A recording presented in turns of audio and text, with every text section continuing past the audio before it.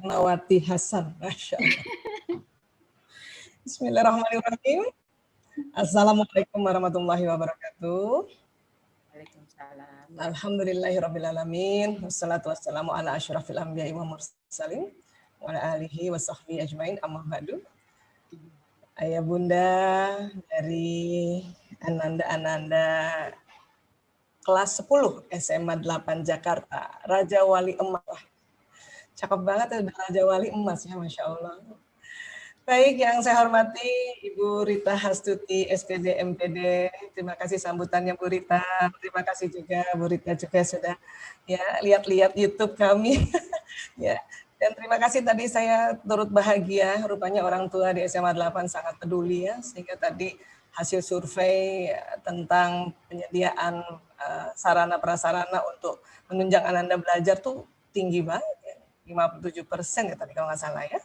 Baik, terima kasih juga kepada para wakil kepala sekolah, ada Bapak Salehuddin MPD, ada Bapak Gatot Handoko MPD, ada Ibu Rohmulyati Ekasari Dawam SPD, dan seluruh Bapak Ibu guru.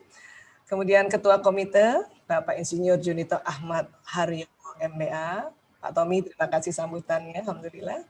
Kemudian Ketua Fore 23, Raja Wali Emas, Ibu Lucia Dewi Anggreni SEMM, terima kasih juga sambutannya, terima kasih juga telah menghubungi kami, Bu Lucia langsung dan dibantu oleh Ibu Maria, ya. Dan juga kepada Ibu Nana Peta, terima kasih telah memimpin doa bersama kita tadi, ya Masya Allah. Alhamdulillah. Ya. Dan terima kasih ini panitia memilihkan judul untuk kita mendidik anak sesuai watak dan karakteristik, ya. Baik. Seperti biasa, supaya memudahkan kita sharing ya bersama-sama, saya mohon izin dulu untuk share screen terlebih dahulu karena ini perlu kita lihat gambar-gambarnya ya, sebab kalau bicara tentang watak kita akan bicara juga otak manusia dan tubuh manusia ya. Mohon izin Mbak Herina, saya dulu. Silakan, Dok. Iya, baik. Iya, sudah terlihat ya. Ya, saya setting. Baik, bismillah. Ya, mendidik anak sesuai watak dan karakteristik. Nah, watak itu apa ya? Kalau dari Kamus Besar Bahasa Indonesia, watak ini di situ dijelaskan tentang artinya sifat batin manusia yang mempengaruhi segenap pikiran dan tingkah laku, budi pekerti, bisa juga disebut tabiat, ya, atau dasarnya. Kalau orang Betawi bilang dari sononya ya begitu. Nah, itu watak, ya. Ini yang perlu kita pahami bahwa ini memang watak ini, kalau kita udah bilang watak itu akan terpikir bahwa oh dari sananya begitu. Kalau bahasa Arab tabiat, ya.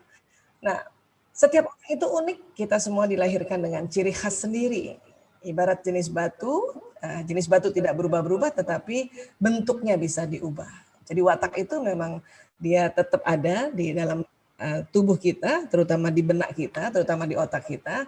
Dia nggak berubah, hanya bisa dibentuk. Nah, membentuk watak itulah namanya membentuk karakter. Ya, jadi kita akan bedakan antara watak dengan karakter. Watak itu bahan dasarnya, karakter itu membentuknya. Ya, seperti di Raja Wali Emas kan apa pembentukan ini? Apa? Cerdas, tangguh, peduli. Tadi saya sempat dengar ya, cerdas, tangguh, peduli. Itu salah satu yel-yel. Tapi kalau sering didengar, itu nanti bisa membentuk watak. Makanya nanti ya Raja Wali Emas ini punya karakter cerdas, tangguh, peduli. Nah, inilah karakter ya. Kemudian ciri khas watak ini ternyata diturunkan melalui genetik, melalui kromosom ya. Jadi ada di peta-peta DNA ini nih ya. Jadi kalau kita tahu kromosom seks ibu itu atau perempuan kan XX ya, bapak XY. Nah, ini nanti berkolaborasi ini ya. Inilah kromosom, kenapa dibilang X? Karena rupanya bentuknya kayak X. Kalau perempuan yang kromosom seksnya ada 2 bentuk ini, makanya disebut XX. Laki-laki disebutnya XY, karena ditemukan bentuknya kayak gini, X dan kayak gini. Para ahli juga bingung sebetulnya, ini bentuk apa ini ya? Kita namakan aja Y deh. Walaupun nggak Y banget ya sudah, ini namanya Y. Jadi laki-laki begini, kromosom seksnya ya. Di dalamnya kita lihat ada kromosom, tali kromosom, di situ ada DNA ya, dan ada gen-gen Ya, kromosom ini membawa sebetulnya kalau kita tahu dari sebelum-sebelumnya adalah membawa ya pesan biologis orang tua kita. Ya, bergabung tuh sudah orang tua kita dari ayah dari ibu. Nanti dari ayah juga membawa ya pesan kromosom ini dari leluhurnya ke atas. Ada yang mengatakan sampai 7 ke atas. Misalnya dari saya ini ya ayah saya Bapak Dahlan Husein mulai dihitung 1 sampai nanti kakek nenek leluhur saya sampai 7 ke atas itu dibawa oleh kromosom ini. Ya. Dan bukan hanya bentuk biologis ya bentuk muka, bentuk wajah, bentuk rambut, tetapi juga ya tabiat atau watak itu memang dibawa. Ya, termasuk juga bakat. Makanya ini ada orang bilang, wah emang turunnya kayak gitu turunannya tuh. Ya jago musik memang. Nah itu karena memang dibawa di kromosom ini. Ya. Ilmu tentang watak sebetulnya sudah lama sekali sejak tahun 300 ini SM ini sebelum Masehi ini bukan sesudah Masehi, SM sebelum Masehi ya. Hippocrates mengembangkan teori tentang ciri-ciri temperamen turunan ya. Kemudian setelah itu barulah ya berapa ratus tahun lagi baru Galen ini 149 yang sesudah Masehi seorang fisiologi Romawi mengusulkan teori kepribadian yang dipengaruhi oleh tingkatan cairan tubuh. Ini karena belum ada ditemukan ya ilmu genetika nih. Makanya kata para ahli zaman dulu mengatakan bahwa watak itu karena cairan tubuh di dalam. Ada orang yang darahnya lebih banyak katanya begitu. Ada orang yang lendir tubuhnya lebih banyak. Ada orang ya empedu merahnya lebih banyak. Ada orang empedu kuningnya lebih banyak. Ini kata Galen. Sebelum ditemukan ya teori genetika kan itu baru di abad 18 itu teori genetika ya.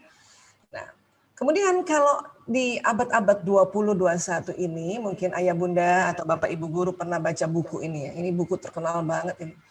Apalagi kalau orang ikut direct selling ya itu. Tapi ini adalah buku yang menurut saya pribadi adalah sangat luar biasa untuk kita mengenal watak dasar kita. Ya, personality itu sudah watak yang dibentuk gitu ya.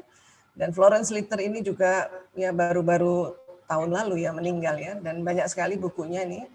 Saya pribadi juga membaca 4 bukunya, makanya dirampung, diresum jadi satu dan hari ini dibagikan ya, di-sharingkan kepada ayah bunda, bapak ibu guru ya semuanya ya. Nah, dan kemudian kalau kita mau deteksi watak juga kita bisa pakai peralatan foto aura. Ya, memang jarang ya, foto aura ini jarang ya.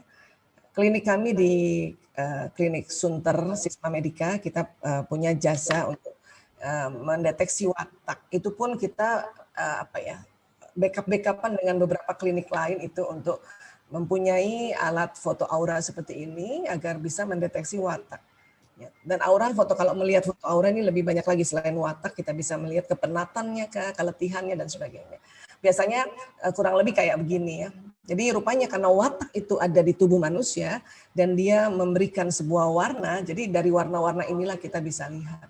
Biasanya watak yang ekstrovert itu nuansa warnanya kayak gini gitu. Kuning ke orange-orangean atau kuning ke merah gitu ya. Yang introvert itu ada hijaunya, ada birunya, ya kadang muncul ungu pada saat dia sedang habis ibadah gitu ya. Nah, ini bisa kita deteksi sebetulnya dengan foto aura ya. Memang kalau akurasi foto aura ini cukup tinggi, bisa sekitar 90-95% ya. Baik, nah jadi sebetulnya kalau di dalam sudah kita tahu ini kromosom ya, dia sudah dibawa oleh kromosom. Kemudian di tubuh manusia diletakkan di mana sih watak itu sebetulnya ya. Nah, jadi ya para ahli mengatakan ya watak itu diletakkan di otak. Watak di otak gitu. Kita tahu otak manusia itu ada otak besar, ada otak kecil, kemudian terbelah dua, ada belahan kanan, ada belahan kiri, seperti itu. Ya. Dan sekarang otak besar itu karena sudah dibagi dua oleh Allah, kanan kiri, besar kecilnya dibagi kanan kiri, kemudian yang setiap belahan dibagi 4. Ya. Ini mohon izin tetap menggunakan bahasa Latin karena memang perjanjian internasionalnya kalau kita bicara tubuh manusia harus pakai bahasa Latin ya.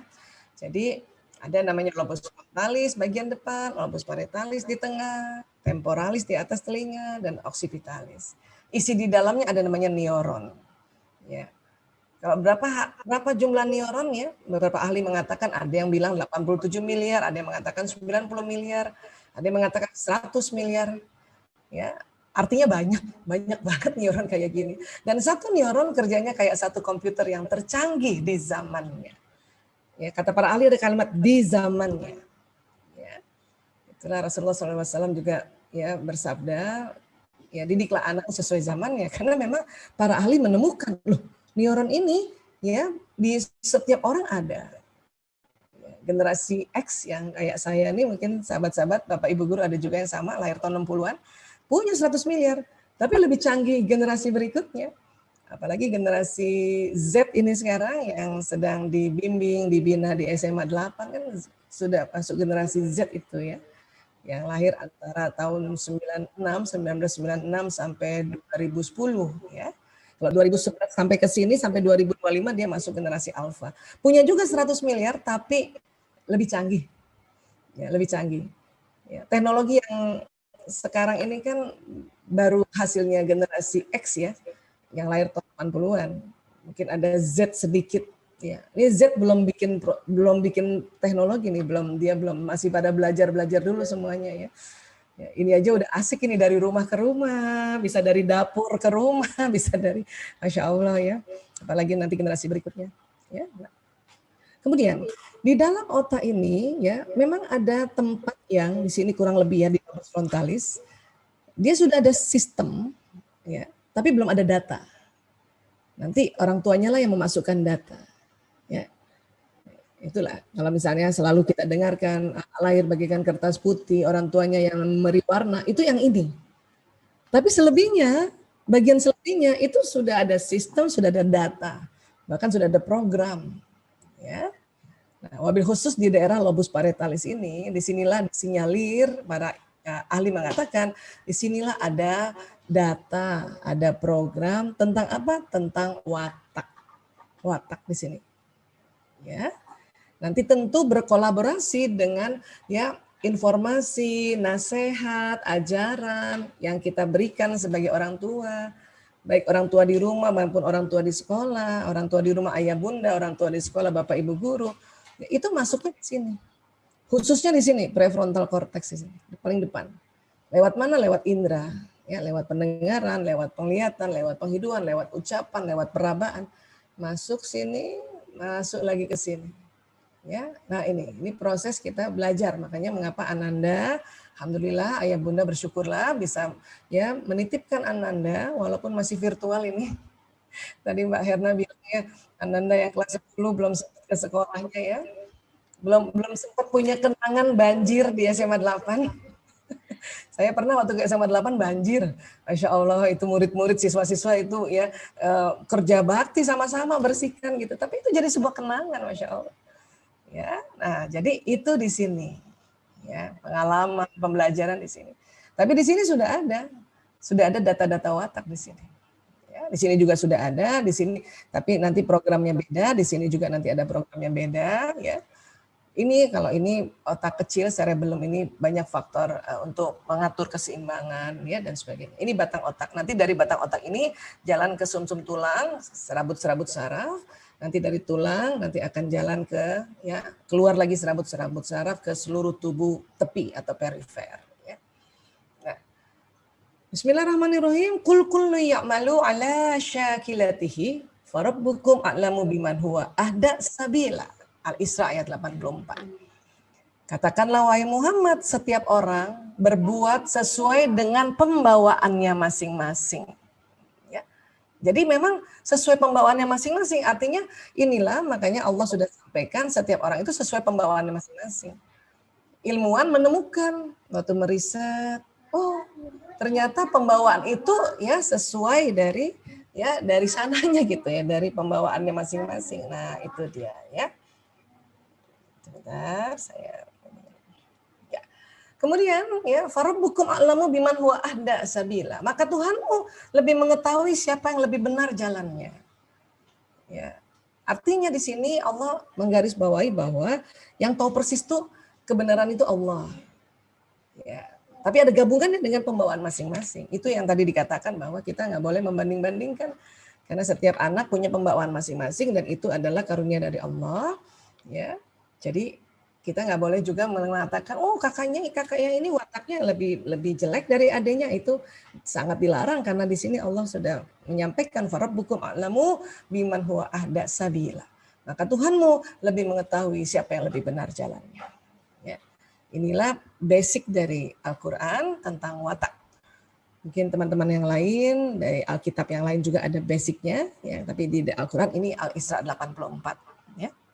Nah, kemudian ada lagi Asyam, fa'alhamaha fujuraha wa taqwaha.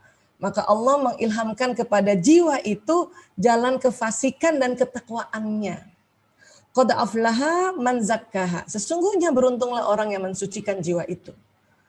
Jiwa, ya, buat ulama-ulama yang belajar neuroscience, itu sepakat bahwa jiwa itu ada di otak. Sebuah program. Ya. Dan dikatakan oleh Allah bahwa di dalam jiwa itu, berarti di dalam otak itu, Allah mengilhamkan jalan kefasikan, fujuraha, ya, wa taqwaha, dan ketakwaannya.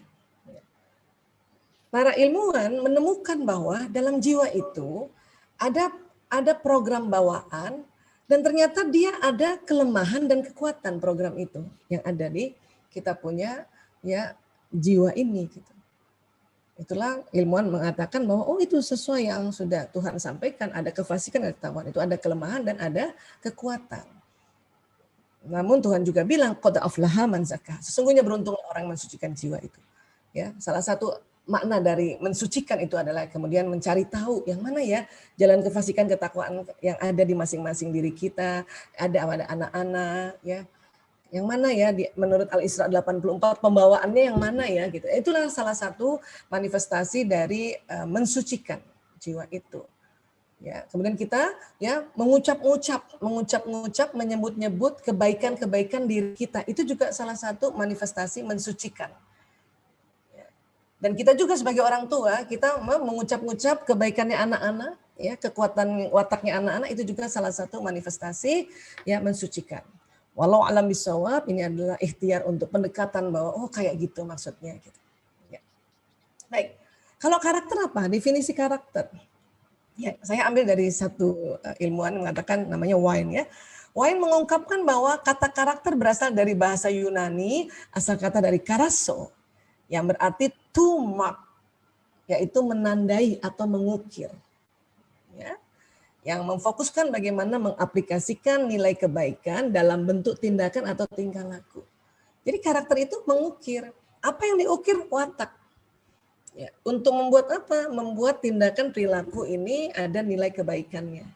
Jadi kalau kita bilang menanamkan karakter, itu berarti kalau ilmu neuroscience ya, itu adalah memberikan nasihat, ya, arahan, pembelajaran, dan itu masuk di otak yang bagian frontalis. Itu namanya membuat karakter, ya, membentuk karakteristik. Setiap institusi ingin membentuk karakter, makanya ada ya slogannya, ada visi misinya. Namun kita harus tahu juga era kehidupan anak juga membentuk karakter. Anak-anak kita ini lahir di era digital, ya. Maka karakteristik anak lahir di digital ini adalah ya memang lebih tertarik hal-hal yang ada kaitannya dengan digital, ya, karena teknologinya adalah bentuknya gadget, jadi tertarik dengan gadget. Dan karakteristiknya adalah ya tidak bisa pisah dengan gawainya ini. Itu karakteristik internasional. Ya, hanya kita mencoba mengimbangi saja. Kalau saya mungkin karena lahir tahun 68 ini ya, siapa barangkali ya. Mbak Herna lahir tahun berapa Mbak Herna? Sama kali, 70-an juga kali ya. Nah, itu karakteristiknya kan era buku. Era buku, kemana-mana bawa buku. Saya ingat saya juga dimarahin juga sama ibu saya, kemana-mana bawa buku. Sekarang, zaman sekarang, anak kemana-mana bawa buku, orang tua bersyukur banget. Ya, karena menganggap itu lebih bagus. Kita dulu bawa buku dimarahin. Ke meja makan bawa buku dimarahin. Tidur baca buku tuh dimarahin ya, pasti gara-gara nanti alasannya mata, ya katamu nanti buta. Tapi karakteristik era kami yang 60-an ini, 60-70 itu kan buku. Jadi kemana-mana bawa buku, tidak bisa dipisahkan dengan bukunya. Ya, nah itu, ya karakteristik itulah. Ya. Baik, nah sekarang, jadi karena ada di sini rangkaian neuron, ya ada jutaan neuron di sini, ini ya, berisi watak pembawaan dan juga apa? Bakat. Ya, bakat ini harus ada satu kajian khusus ya, karena bakat ini yang sekarang sering disebut multiple intelligence. Karena bakat orang tuh banyak. Hanya kita perlu tahu yang dominannya yang mana nih. Ya, multiple intelligence itu ya dari Prof. Hawking itu kan ada 8 bahkan sekarang ditemukan 9. Ya. Namun 9-9-nya tidak dominan neuronnya di situ. Jadi kita perlu tahu urutan 1, 2, 3, 4.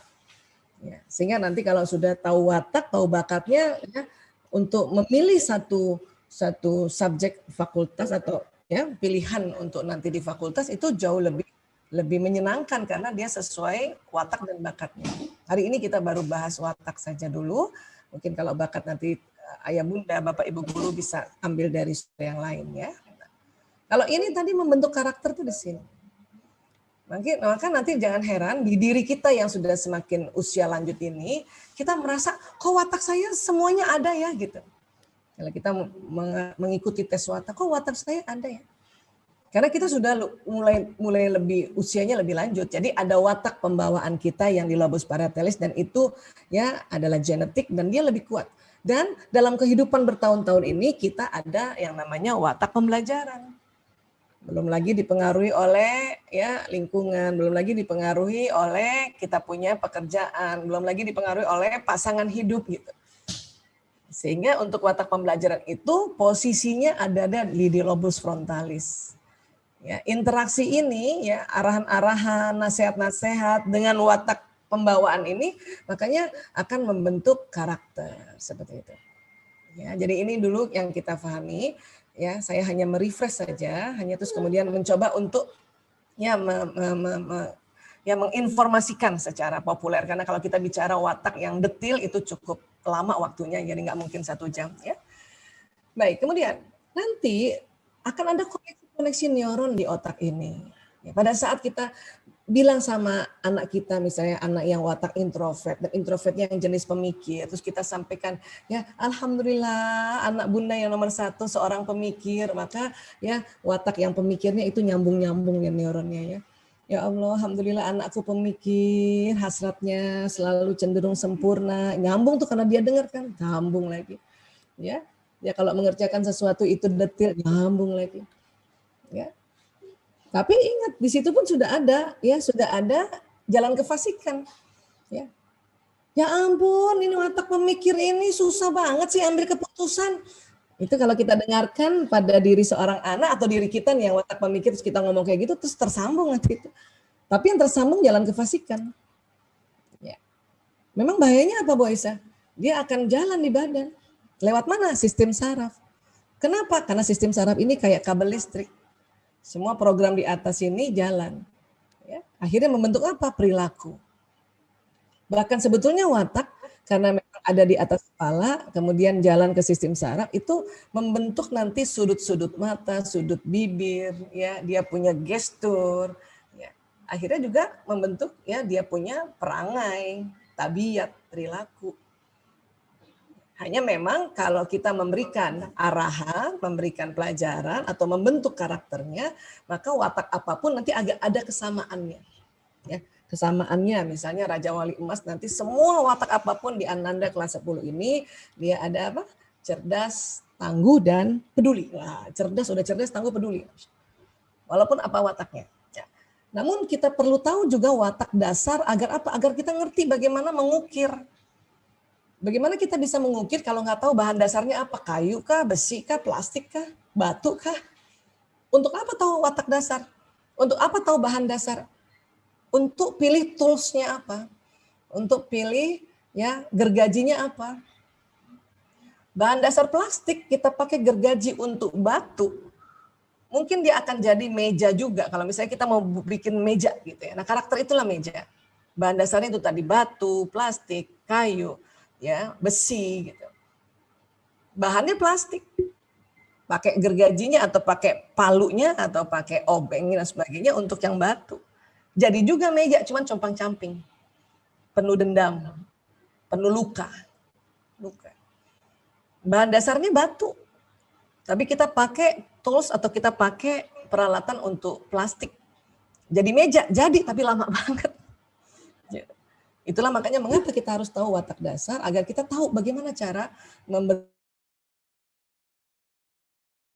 Nah, cara membentuk itulah tadi nasihat, arahan, ya, bimbingan, itulah cara membentuknya. Ya.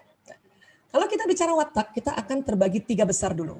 Ada introvert, extrovert, dan ambivert. Ya, mungkin teman-teman, ayah bunda, bapak ibu guru sudah tahu ini, tapi kita refresh hari ini, pagi hari ini, Jumat Barokah ya. Nah, apa ciri-cirinya? Introvert. Introvert ini ada ciri apa? Lebih memilih ada di tempat sepi. Ya. Extrovert lebih semangat ketemu orang baru atau orang ekstrovert tuh. Ya. Ada lagi satu ambivert. Nah, ambivert itu kan separuh introvert, separuh ekstrovert ya. Artinya apa ambivert? Tergantung sikon. Lagi apa nih moodnya nih? Lagi yang introvert yang dominan atau ekstrovert? Itu ambivert. Ya. Baik. Nah, kemudian ya.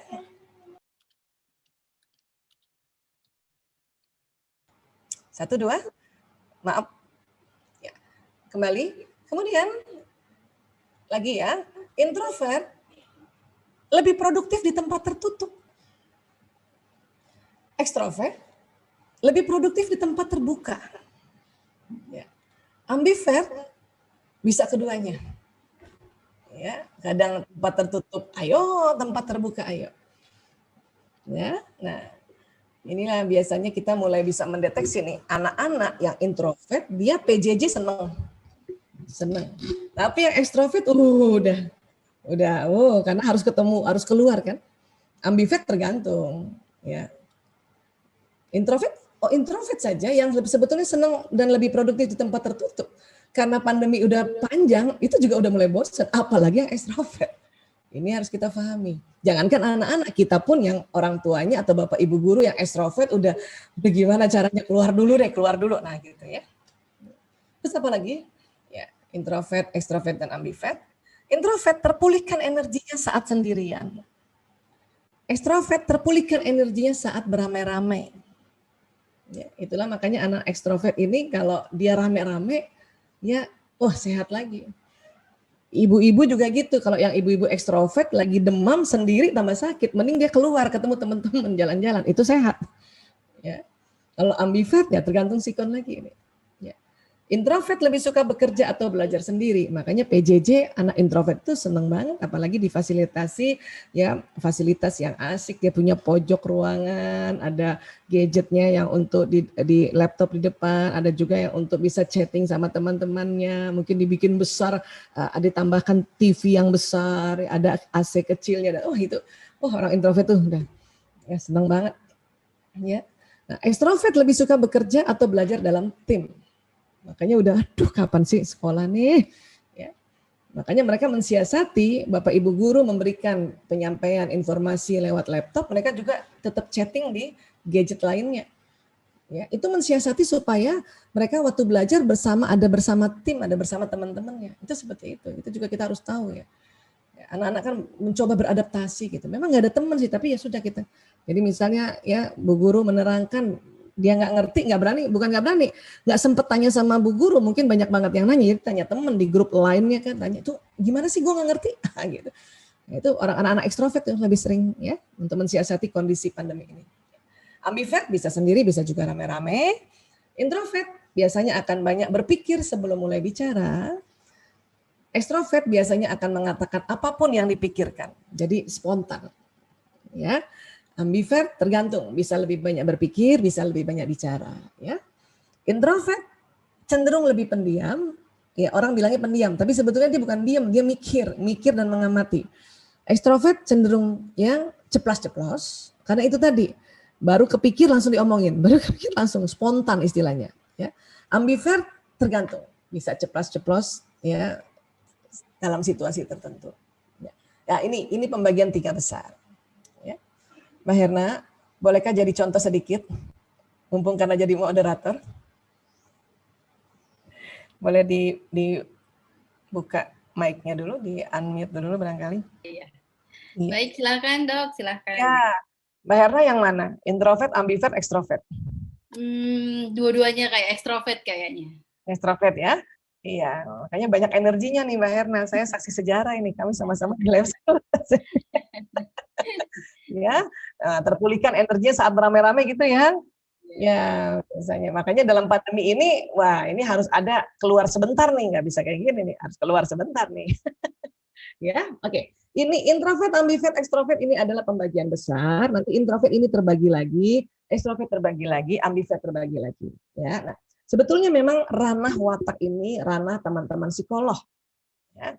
Namun karena sekarang kita tahu bahwa watak ini sesuatu yang penting kita pelajari, maka hari ini mungkin kita belajar watak secara superficial dulu. Nanti ya pendalamannya kita bisa ya rujuk ke psikolog.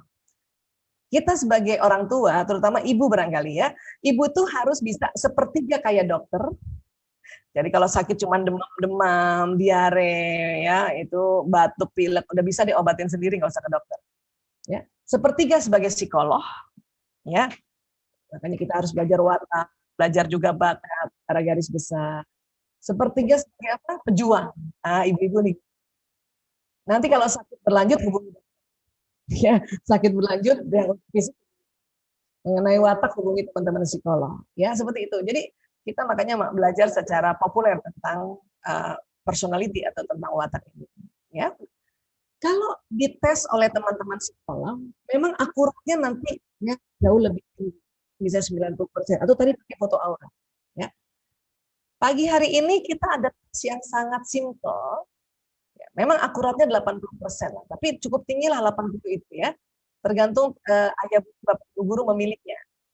Maksudnya apa Boysa? Jadi ada satu tes namanya kuis cepat. Seandainya nih Bu Rita minta kepada Bu Lucia, tolong dong Raja Wali Emas nih bikin teater, ya. Tapi cuma dikasih waktu yang 3 hari atau 1 minggu lah paling lama gitu. Ya Bu Rita minta kayak gitu kan. Nah kita semua yang kita jangan ajak anak-anak dulu, kita semua aja deh yang main deh. Kita semua yang main ini, ya kira-kira ayah bunda bapak ibu guru kalau disuruh diminta oleh Bu Rita membuat teater mau berperan sebagai apa? Ya. Tapi kalau cara memilihnya adalah coba ingat kalau saya waktu masih SD atau SMP ya, saya kalau disuruh teater pilihnya yang mana gitu. Boleh ya? Karena kalau udah umur ini apalagi yang sudah 45 tahun ke atas, ya pengen jadi semuanya. Tapi kita bayangin kita waktu SD dan SMP ya. Karena kalau mau tahu watak asli, kita harus membayangkan waktu umur kita jauh lebih muda lagi ya. Baik. Boleh ayah ibu, bapak ibu guru pilih satu di antara 4 pilihan ini. Apakah mau jadi penonton, penulis skenario, sutradara, atau pemain, yaitu artis aktornya. Pilih satu, cepat ya. 1, 2, 3. Oke. Mbak Herna pilih mana, Mbak? Saya pilih artis, tapi dulu nggak kalau dulu ya zaman sekolah, sepertinya saya tidak akan pilih artis. Tapi sekarang saya pilih artis. Kalau dulu misalnya masih SD, SMP pilih mana? Ya, penulis skenario atau sutradara. Oh, kayaknya sih sutradara ya. Iya, iya. Watak itu bisa kelihatan soalnya. Oh gitu ya. Ya, oke ya. Nah, ayah bunda juga, bapak ibu guru mungkin saya pilih juga ya. Kemungkinan besar saya katakan lagi ini akuratnya 80% ya, nanti kita cek lagi. Kemungkinan besar pilihan pertama ini adalah watak yang dominan. Jadi setiap orang itu ada 2 jenisnya, watak dominan dan watak kombinasinya. Ya, memang watak dominan itu pilihan pertamanya ini. Ya, baik. Sekarang kita cari watak kombinasi. Tadi sudah pilih 1 di antara 4. Sekarang kan sisa 3 nih. Pilih 1 lagi. Yang mana Bapak Ibu silakan pilih sendiri, Bapak Ibu guru juga. Karena ada mumpung ada Mbak Herna sebagai moderator, saya tanyanya Mbak Herna. Mbak Herna pilih mana kalau kedua? Yang kedua? Kalau yang kedua sutradara dan ya satu. Tadi kan pertama artis, yang kedua sutradara sekarang ya. Atau kebalik, yang pertama sutradara, yang kedua artis. Iya. Sekarang sutradara. Itu jelas orang yang pilih sutradara sama artis itulah ekstrovert asli. Ya, oke. Sudah pilih ya? Ya, Bu Rita juga mungkin sudah pilih ya, Bu. Ya, mungkin juga teman-teman lain, Bapak Ibu. Nah, sekali lagi ini 80% ya. Nanti kalau misalnya sudah dijelaskan, oh ternyata saya bukan itu gitu ya. Ya, nggak apa-apa juga, karena kan kalau udah usia-usia kayak gini kan kita ada watak pembelajaran. Jadi suka kesaru sama watak pembelajaran. Ya. Baik. Sekarang, orang yang pilih penonton dulu kita bahas ya. Siapapun yang pilih penonton, ini ada istilah di dalam psikologi kepribadian ya, namanya pragmatis. Istilah pragmatis ini bahasa Latin ini menghormati Hippocrates. Istilah ini sudah ada 300 tahun masih. Ciri khasnya pengamat dan hasratnya damai. Ada yang sini, adakah yang teman-teman pilih penonton tadi pilih yang pertama? Karena semua pilihan itu bagus ya. Ya. Teater kalau nggak ada penontonnya siapa yang menonton kan? Makanya pilih menonton. Saya nih tipe penonton saya, ya sesungguhnya. Ya, nanti orangnya menikmati, amat senang mengamati. Ya. Biasanya anak yang masih kecil sekali, kalau dia wataknya pragmatis, wajah-wajahnya mirip-mirip kayak gini lah ya. Wajah-wajahnya yang damai, peaceful, nggak suka banyak ya nggak banyak cincong, nggak banyak nuntut. Kadang-kadang dia bajunya udah basah, dia nggak nangis, diem aja, lebih banyak tidurnya. Itu tuh orang-orang pragmatis seperti itu. Anak-anak kita juga kalau kita lihat ada yang kayak gini wataknya, oh bisa jadi dia pragmatis ya. Kadang-kadang ya makan aja tidur. Orang pragmatis kayak gini nih, makan aja bisa tidur, ya tiduran ya. Nah, kemudian ciri khasnya lagi anak pragmatis apa? Selalu ada terserah bunda, terserah bunda, terserah, terserah. Banyakan terserahnya. Memang kadang-kadang anak sekarang banyak terserah, tapi ada anak lagi yang bukan pragmatis, dia setelah terserah kalau didesak, ayo dong pilih, berani milih. Tapi anak pragmatis disuruh milih bilang terserah, suruh pilih kedua terserah, pilih ketiga udah dia terserah bunda aja. Dan istilah terserah ini bukan saja masih kecil, sampai besar juga gitu, apalagi diajak makan. Mau makan apa? Terserah.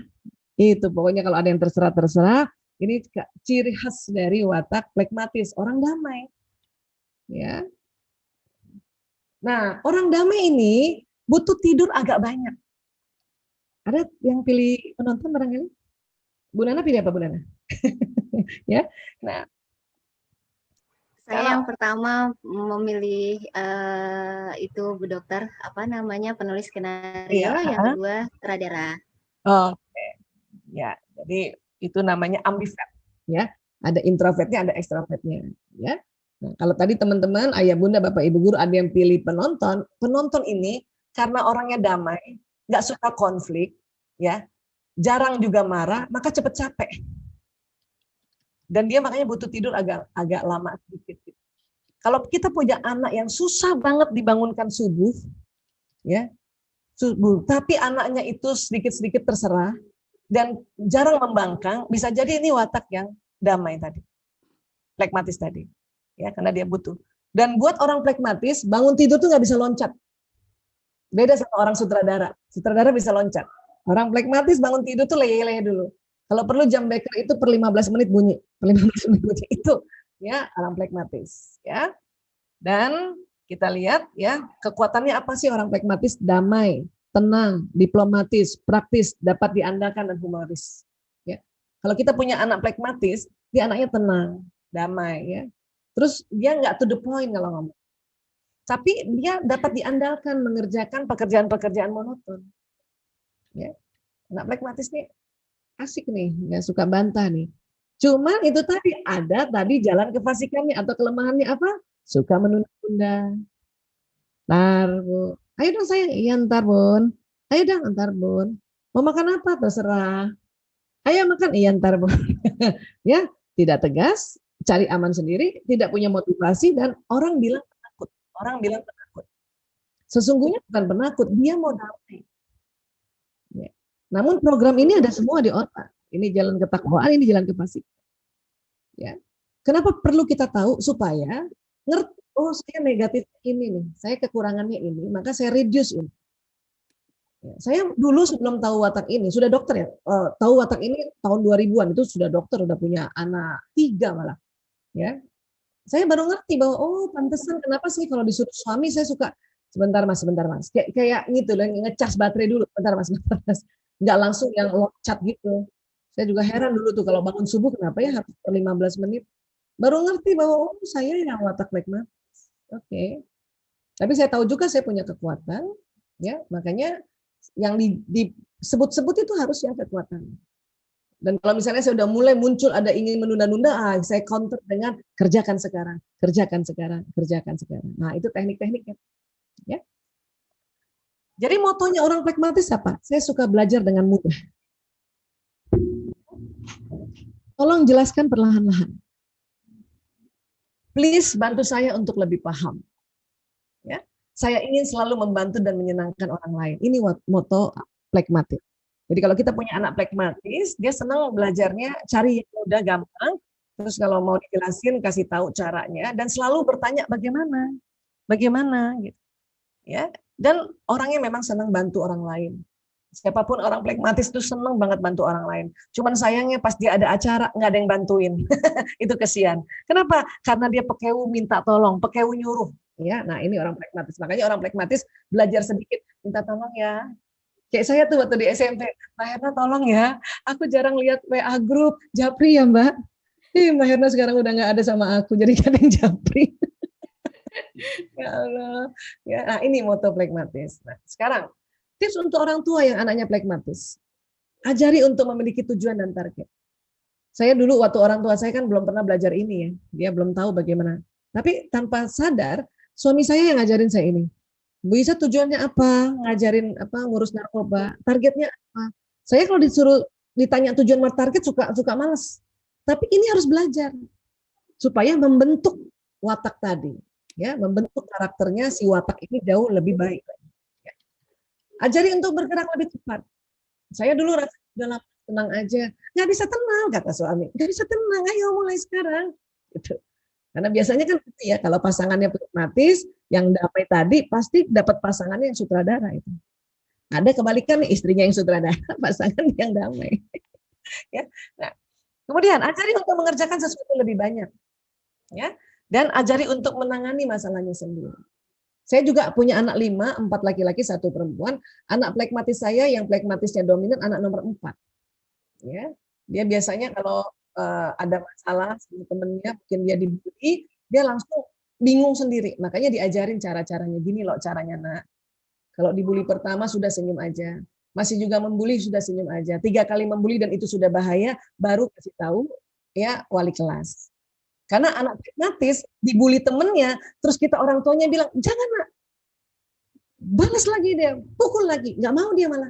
Kasihan bunda. Lah kok kasihan? Orang kamu dibully. Kasihan bunda. Makanya dikasih tahu, nah kalau 1 kali oke lah kita kasihan, senyum aja. Tapi 3 kali dia lakukan dengan anak yang sama dan kemudian itu membahayakan, kamu punya jiwa, ya melecehkan, sudah bisa lapor dan itu kamu tidak salah. Oh, baru nah, itu caranya. Ya. Jadi ini orang yang tadi pilih penonton, apa hasratnya damai. Ciri khasnya pengamat. Nah sekarang yang pilih penulis skenario. Nah, ya Bu Nana, ya. Orang pilih penulis skenario itu disebutnya melankolis. Ciri khasnya pemikir. Betul Bu? Ya, apa-apa ingin dilakukan dengan sempurna. Detail. Hati-hati. Ya, harus ada planningnya. Gitu. Ya. Ciri khasnya melankolis wajahnya wajah mikir. Matanya aja mata mikir. Ya, mikir apa-apa mikir. Jadi mau digendong aja sama orang, misalnya datang yang utinya, mau digendong dia pikirin. Dan biasanya dia agak ngumpet-ngumpet di belakang ibunya dulu. Nanti kalau dia udah srek baru oh iya mau gitu. Itu anak melankolis. Ayah bunda yang punya anak melankolis itu ya itu harus paham. Dia bukan penakut, bukan. Dia lagi mikir. Karena dia mau apa? Hati-hati. Ya, jadi nggak langsung berbaur orang melankolis. Sampai besar pun orang melankolis pergi ke suatu tempat yang baru, dia nggak langsung berbaur. Dia akan ya perhatikan dulu dari satu sudut itu ya. Nah ini melankolis. Ya. Dan gampang kalau kita mau tahu watak anak itu lihat pada saat dia pencet odol. Sudah mulai dia bisa sikat gigi pencet odol ya. Kita lihat caranya. Kalau tengah gini ini anak ekstrovert pasti. Kalau melankolis gimana Bu Aisyah? Melankolis dari kecil dia mulai bisa sikat gigi walaupun orang tuanya nggak ajarin dia nih pencetnya dari bawah. Dan sampai sekarang ya, boleh itu dari bawah kan? Ya. Nah, bahkan sudah besar pun orang melankolis juga pencet dari bawah. Dan terkadang ya itu sampai di itu. Ya. Kenapa? Karena harus sempurna habisnya. Ya. Kalau watak lain ya nggak begitu. Nah, watak melankolis bisa digunting. Odolnya bisa digunting. Kenapa? Karena masih banyak isinya sayang. Ini barangkali orang melankolis ya sudah mulai tahu bahwa kita harus irit. Ya, iya ini makanya sampai di alam yang ada. Makanya kan kadang-kadang kalau ada tuh alat yang untuk jepit odol itu untuk orang melankolis seneng banget. Anak saya dari kecil ya, untung udah belajar sedikit ini ya. Anak pertama dikasih odol pencet tengah. Anak kedua pencet atas. Anak ketiga walaupun tidak diajar pencet dari bawah. Bahkan waktu usia dia kuliah dan dia kos, dia sayang mungkin uang kosnya ini sampai dalam-dalam ini seperti itu. Ya. Nah ini. Dan biasanya juga ciri khasnya ya kalau orang anak lain kan di tengah, dia kan kalau dari bawah ya, nah sampai besar pun begitu. Siapapun yang pilih melankolis asli tuh yang pencet odolnya dari bawah. Kalau ini bukan melankolis. Nah, kemudian kalau itu tuh sabun cair tuh nggak langsung dibuang, botolnya kasih air kocok-kocok. Ibu-ibu lain juga begitu, tapi belajar. Kalau melankolis, ibu melankolis nggak pakai belajar, otaknya yang ngajarin. Ya, ibu-ibu yang lain, ngapain sih dikasih air, udah buang aja, beli aja yang baru, susah amat. Nah, itu watak lain. Ya. So, sabun batang aja udah kecil nggak dibuang sama orang melankolis, disambung sama sabun baru. Dan dia ngerti lagi caranya. Ya, saya karena bukan melankolis, ngapain sih sambung udah keras gini, udah buang aja lah. Atau jadi pewangi tangan kan gitu. Ya. Dan biasanya orang melankolis dompetnya rapi, teratur rapi, terklasifikasi. Uangnya 100.000 sama 100.000, 50.000 sama 50.000. Betul begitu, Saudara?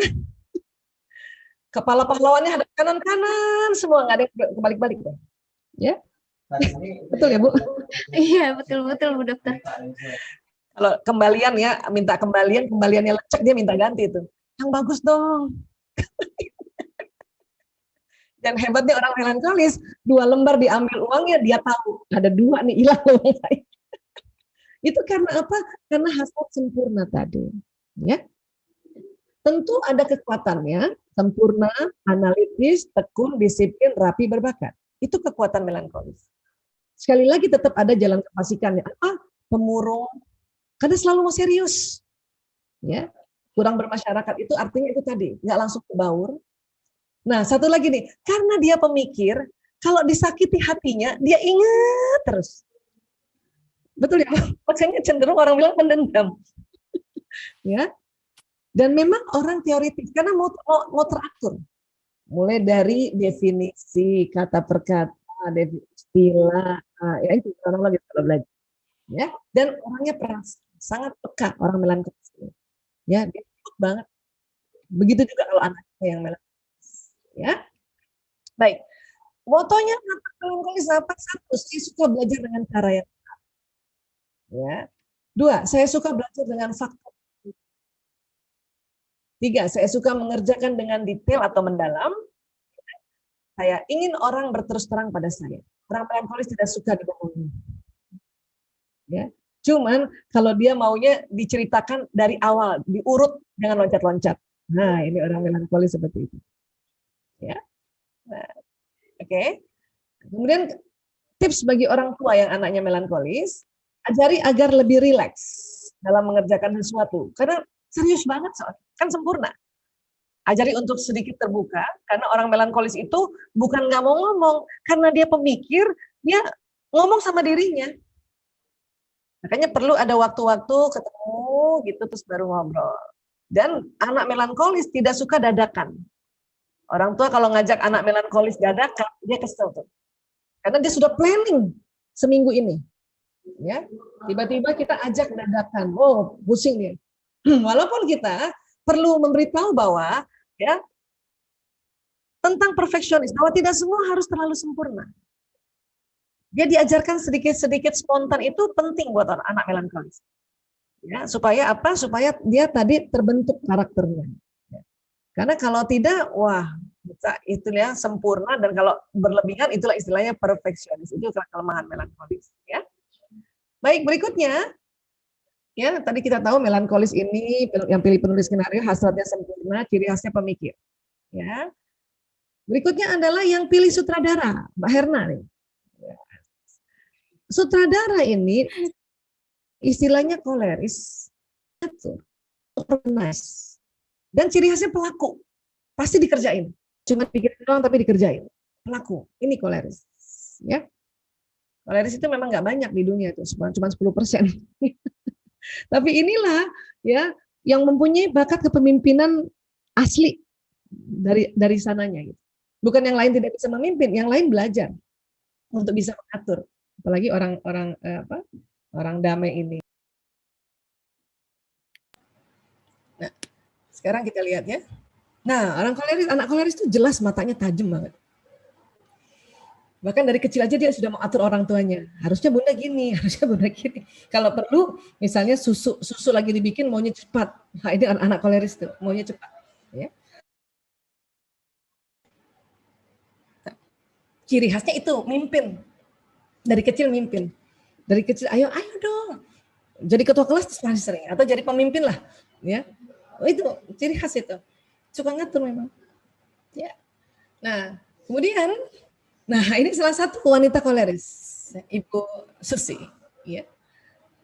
Orang-orang koleris itu pasti jadi pemimpin. Ya, baik yang kolerisnya dominan atau yang kombinasi, yang pilihan kedua itu jadi pemimpin, ya. Koleris seneng ngatur, makanya kadang-kadang kalau belum dibentuk itu waktu asli itu tangannya kamu gini ya, itu asli itu tangan.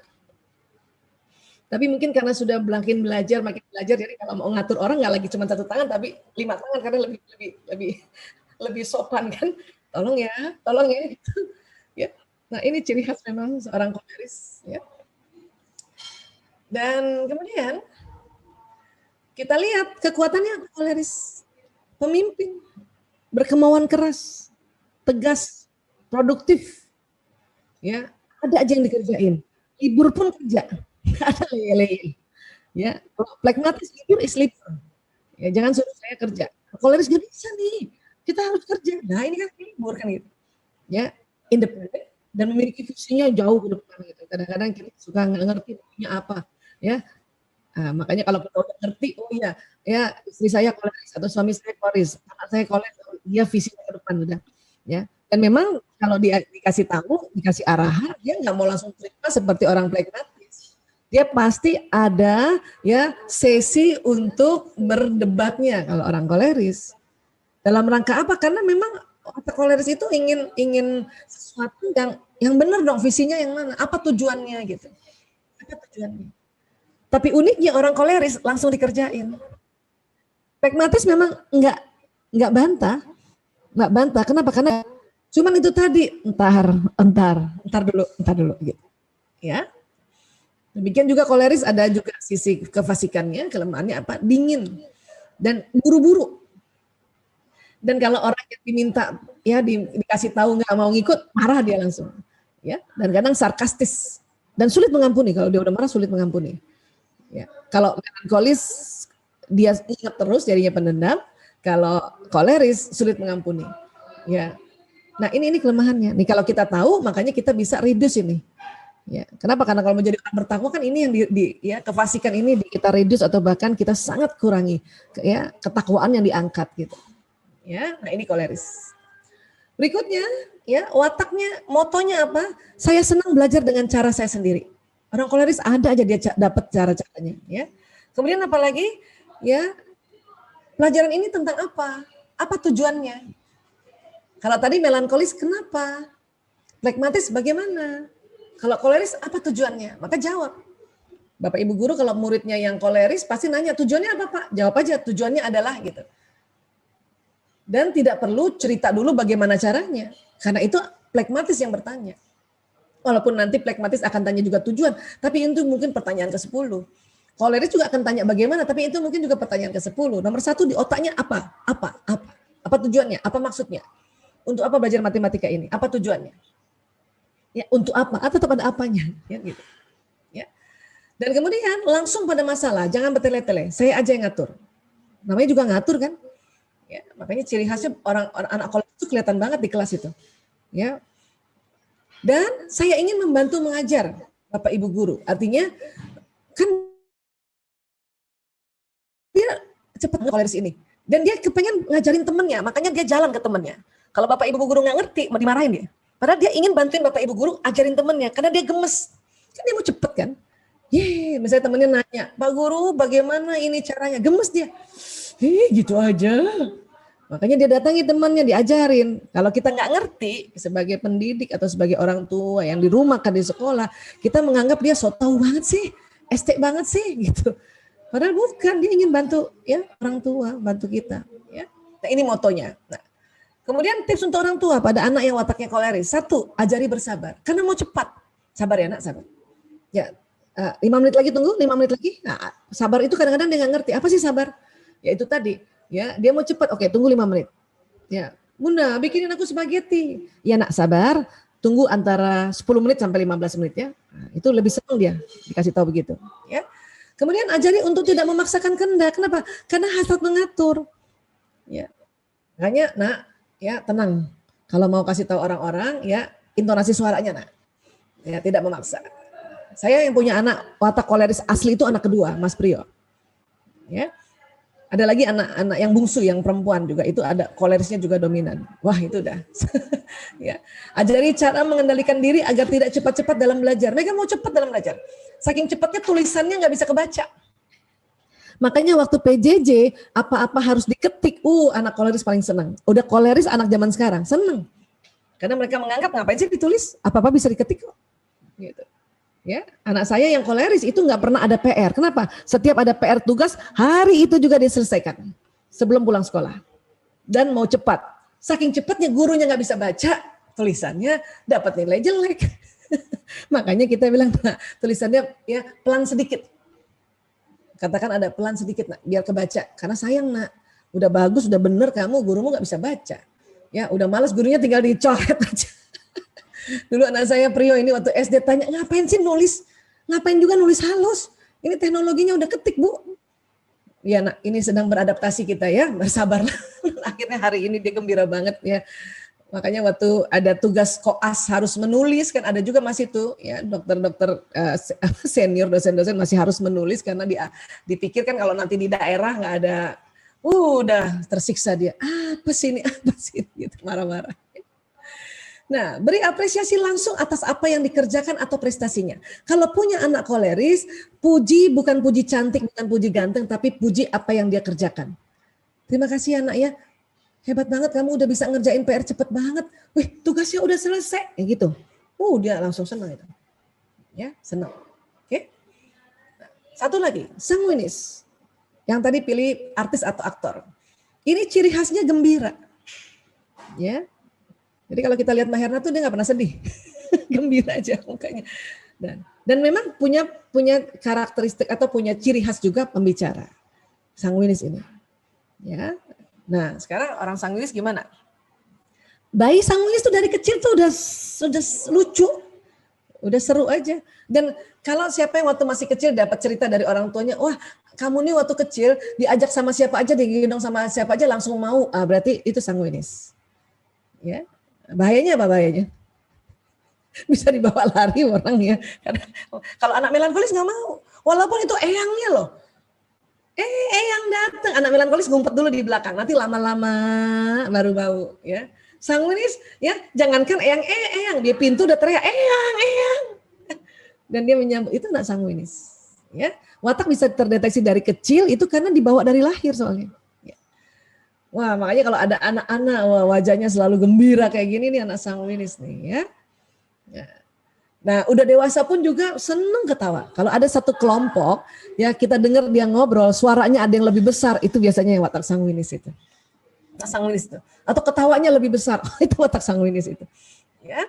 Nah, jadinya kita bisa mengerti dari hal-hal ya dia punya wataknya dari dia punya perilaku, perangai dan sebagainya ya.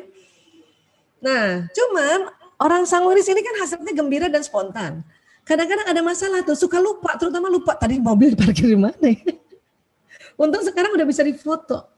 Zaman dulu belum ada foto, belum ada malas nulis. Orang sanguinis kan malas nulis. Ya, malas nulis. Dia ingat-ingat juga. itu bagusnya juga. Tapi ada juga yang lupa, turun mobil ketemu teman, ketawa-ketawa masuk ke mall, lupa di mana tadi ya. Sering kayak gitu tuh.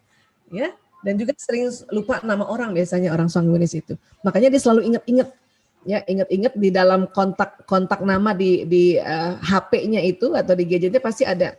Ya, ada misalnya punya temen ya namanya misalnya temennya Aminah mana nih Aminah ya Bukit Duri, ada selalu ada kayak gitu-gitunya gitu ya, atau Aminah Catering ya ada gitu-gitunya tuh, ya.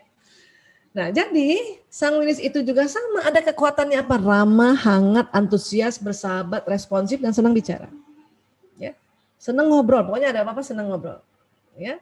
Terus memang jadinya karena mau buru-buru ceroboh. Emosinya labil. Kenapa? Karena gampang ketawa, gampang nangis. Inilah kalau nonton film drakor ya langsung ketawa bisa langsung nangis. Ini orang sanguinis ini. Ya. Dan sering kalau cerita seru banget. Ya, tahu nggak ya Allah, gitu-gitu tuh ciri khas sanguinis tuh. Itu baksonya enak banget, itu ciri khas sanguinis itu. Ya. Dan karena spontan, ya dia terkadang orang menganggapnya tidak disiplin. Karena spontan. Ya. Memang hari ini sudah bilang mau ini. Tiba-tiba ada yang temennya ngajak bisa tuh, ayo pergi. Gitu. Ya. Dan dikatakan egosentris. Kenapa? Karena memang orang sanguinis ini nih populer memang. Populer. Pindah kemana aja, itu pasti cepat populer. Ya. Nah kalau dia tidak banyak belajar untuk sering istighfar, kalau lagi muncul rasa kepopulerannya gitu ya, wah itu bisa jadi egosentris. Ya, nah ini yang kita tahu dari sanguinis. Nah, motonya apa dia? Saya suka belajar dalam keadaan santai.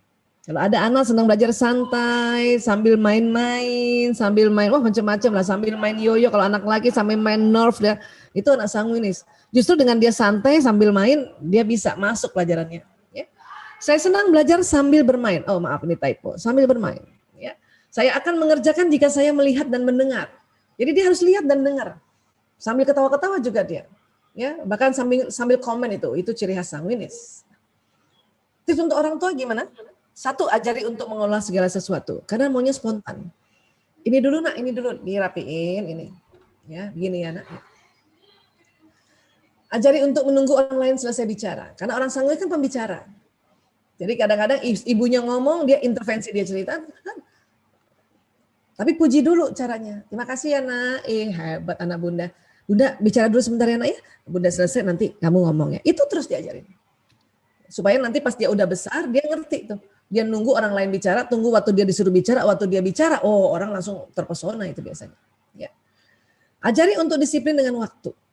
Ya, ini orang sanguinis itu karena apa-apa spontan. Dia udah janji hari ini, ya dia bikin rubah planning lagi. Harus diingetin, nak, udah janji loh sama ayah. Oh iya ya. Ya nak, iya. Janji yang pertama itu yang diikutin, nak. Yang kedua bilang minta maaf, saya sudah janji. Itu diajarin. Itu yang namanya membentuk karakter. Ya, nah ini ada baju kalau diangkat, anak orang melankolis kan gimana kalau ngambil baju melankolis Bu Nana? Pasti diangkat dulu ya. Diangkat, baru ambil tengahnya ya. Kalau anak sanguinis gimana kalau ambil baju? Tarik aja dia. Tarik aja, bisa ditarik aja itu. Ya, makanya bisa lemarinya anak sanguinis yang asli yang belum belajar. Karena kan bisa belajar rapi. Berantakan. Ya. Tapi dia bisa belajar rapi juga. Cuman tidak serapi melankolis. Melankolis dari kecil pun udah rapi. Ya. Melankolis itu lemarinya bisa kayak gini nih. Putih sama putih, pink sama pink. Bisa nggak sih orang sanguinis belajar gini? Bisa. Cuman tetap tidak serapi orang melankolis. Ya. Sekarang misalnya nih, jemur handuk. Ya. Anak melankolis, bunda nggak ajarin. Dia ngerti jemur handuk itu tempat jemuran. Dan ujung ketemu ujung.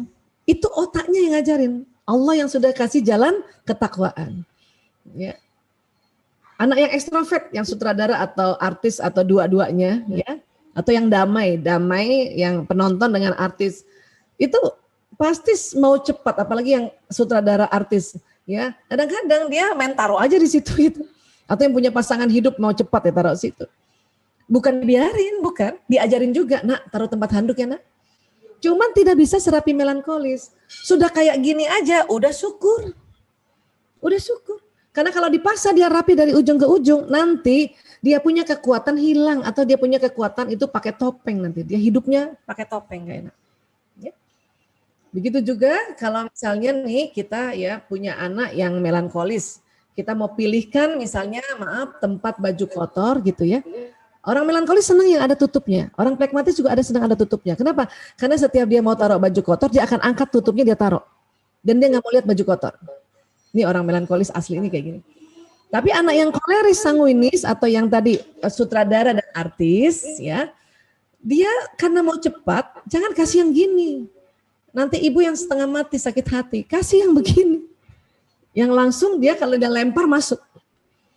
Karena apalagi anak sanguinis itu masukin baju kotor itu kayak orang main basket, apalagi laki-laki. Ya gitu. Kadang nggak pas masuk di sini, ada di sampingnya, itu dibiarin. Oke, besok masuk. Baru besok yang masuk, ini bukan yang diambil terus. Makanya kalau punya anak sutradara, anak artis, bunda kasih kayak gini, ya itu kurang tepat. Nanti jadi pertengkaran. Tapi kan dia harus rapi, Bu Aisyah. Iya, cuman ini watak harus diperhatikan. Kalau enggak nanti anak-anak ini kita mengasah atau membentuknya dengan alat yang keliru. Memang nanti jadi rapi, tapi penuh luka. Makanya sekarang ada istilah tuh luka pengasuhan dalam inner child. Kenapa? Kita paksakan watak kita orang tua kepada dia, padahal dia punya watak sendiri. Bisa diajarin? Bisa. Bisa, cuman tidak seperti yang ya rapi si orang melankolis misalnya gitu. Orang melankolis juga diajarin apa? Diajarin gembira, tapi tidak bisa segembira orang sanguinis. Orang sanguinis itu very happy. Ya. Terus koleris senang-senang ngatur, bisa nggak yang lain diajarin mengorganize, senang ngatur? Bisa, tapi tidak sejago orang koleris. Ya, orang damai bisa nggak orang damai? Ya, yang lain damai bisa, tapi tidak sedamai orang plekmatis. Jadi artinya semua bisa dibentuk karakternya, tetapi buat watak-watak yang watak bawaan dia sangat kuat. Ini yang harus perlu diketahui agar apa? Agar kita tahu ya dia punya ciri khasnya. Watak atas ini yang disebut ekstrovert, pemimpin-pemimpin. Makanya orang ekstrovert itu pasti jadi pemimpin. Watak yang bawah dengan bawah ini introvert, analisis. Makanya orang anak yang introvert bawah ini melankolis, plekmatis, melankolis itu pasti ya senang sekali meriset, senang sekali memikirkan sesuatu, senang sekali menganalisa. Ya, ilmuwan ini pasti jadi ilmuwan. Ada lagi yang ambivert. Nah, ambivert itu atas bawah. Ya, tadi Bu Nana mengatakan Bu Nana pilih penulis skenario dan sutradara. Berarti Bu Nana yang atas bawah. Ada potensi analisisnya, ada potensi pemimpinnya. Ini campuran pelengkap, orientasinya tugas nih. Bu Nana sudahlah mau sempurna, mau cepat. Gitu ya Bu. Nah, ada lagi watak yang ke atas ini, damai dan populer atau populer dan damai. Ini juga yang disebut ambivert. Dia ada potensi analisisnya ada, potensi pemimpin ada. Cuman memang tidak sekuat kalau yang bawah dengan bawah analisisnya. Atas juga kalau yang atas dengan atas ekstrovert itu kenceng banget dia punya ya dia punya kekentalan kepemimpinannya gitu. Atas bawah memang bisa, tapi memang ya tidak sekental yang ekstrovert, yang betul ekstrovert, yang introvert banget gitu. Ya, jadi sekali lagi ya watak ini bagaikan bahan dasar ya, makanya kita mau bikin karakternya. Bahan dasar ini kan mau dibikin karakternya meja. Nah, meja tuh misalnya meja ini karakter. Karena tahu bahan dasarnya, kita tahu pakai apa gergajinya. Agar apa tepat guna. Ya, memang tadi Pak Tony sudah sampaikan orang tua kita belum pernah belajar seperti ini. Jadi kita kan walaupun misalnya jadi seseorang yang jadi benar-benar jadi, tapi kalau misalnya seorang yang plekmatis digembleng sama orang tua koleris dengan pakai gergajinya, pakai peralatannya batu, jadi juga sih. Jadi juga mejanya, cuman itu banyak luka. Copel sana, copel sini. Ya, jadi sekali lagi ini kepentingan kita belajar watak asli. Mudah-mudahan masih ada waktu ya, insya Allah. Baik, terima kasih. Lebih kurangnya mohon maaf lahir batin ya. Insya Allah ini bisa kita jadikan diskusi hari ini ya. Sekali lagi wabillahi taufiq wal hidayah wallahu alam bisawab. Saya kembalikan ke Mbak Herna. Ya. Alhamdulillah, luar biasa ya Dok. Mendengarkan pemaparan dari Ibu Aisyah ini gak ada bosan-bosannya dan sepertinya waktu yang disediakan itu masih kurang aja. Sangat menarik dan terutama kita kaum ibu, memang ini sangat menjadi masalah bukan masalah ya, menjadi tantangan tersendiri buat kita untuk mendidik anak-anak kita karena adanya perbedaan-perbedaan tadi. Iya, betul. Baik. Bu, saya penasaran sama dompet Bu Nanah. Nanti saya coba akan cek apakah betul itu uangnya tersusun dengan rapi. Ya. Baik dok, selanjutnya kita akan membuka sesi tanya jawab, kemudian akan dilanjutkan kuis. Pada sesi tanya